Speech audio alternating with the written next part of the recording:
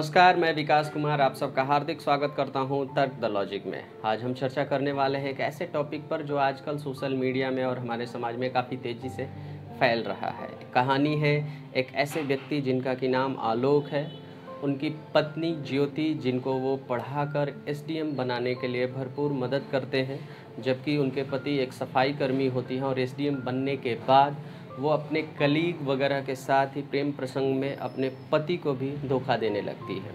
अब इस पर चर्चा की जा रही है कि कौन गलत है, कौन सही है, और उस आधार पर हर किसी पत्नी को ना पढ़ाने की सलाह भी दी जा रही है कि कोई अपने पत्नी को इस तरह से ना पढ़ाए ताकि वो आगे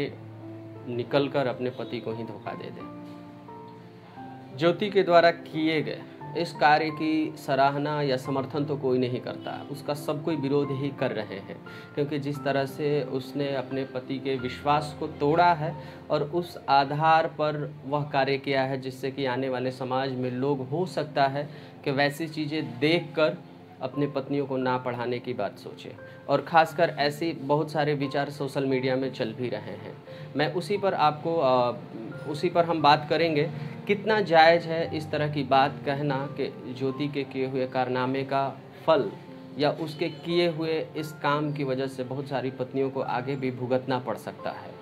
अगर मैं कहूँ मेरी तरफ से बिल्कुल ये जायज़ बात नहीं है कि किसी अन्य पत्नी को भी आगे पढ़ने के लिए मौका न दिया जाए, क्योंकि सिर्फ एक व्यक्ति के किए हुए कार्य को समाज से जोड़ना बिल्कुल भी सही नहीं है। क्योंकि बहुत सारे ऐसे लोग हैं जो समाज में हमेशा कुछ ना कुछ अपने परिवार में या किसी न किसी के साथ गलतियां करते ही हैं, लेकिन समाज को उनकी गलतियों से इतना ही सीखना चाहिए कि वो गलतियां ना करें, अच्छा करना बंद नहीं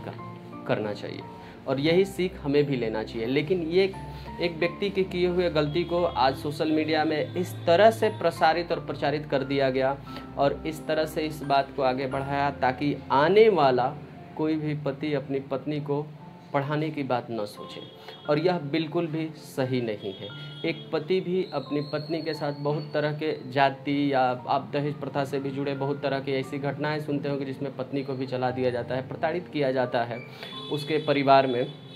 तो इसका अर्थ ये नहीं है कि कोई भी लड़की शादी करना ही बंद कर दे क्योंकि उसे जाकर वहाँ प्रताड़ना मिलेगी, क्योंकि ज़रूरी नहीं है कि सारे पति वैसे ही हो जाए, ज़रूरी नहीं है कि सारी लड़कियाँ सारी पत्नियाँ वैसे ही हो जाए। जो किसी एक ने किया उसके गलत काम को देखकर कोई भी पत्नी वैसा, कोई भी लड़की वैसा करने की नहीं सोचेगी। समाज में यह सीख जाना चाहिए, जबकि यह सीख नहीं भेजना चाहिए कि कोई पति अपनी पत्नी को पढ़ाना ही ना चाहे। अच्छा काम रुकना नहीं चाहिए,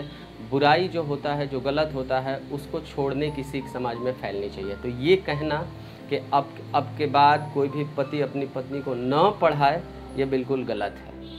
क्योंकि एक व्यक्ति की गलती की सज़ा पूरे समाज को नहीं भुगतनी चाहिए। समाज को अच्छाई की सीख लेना चाहिए कि एक साधारण सा व्यक्ति भी अपनी पत्नी को पढ़ाकर एसडीएम तक बना देता है। ये सीख होनी चाहिए कि हर एक साधारण व्यक्ति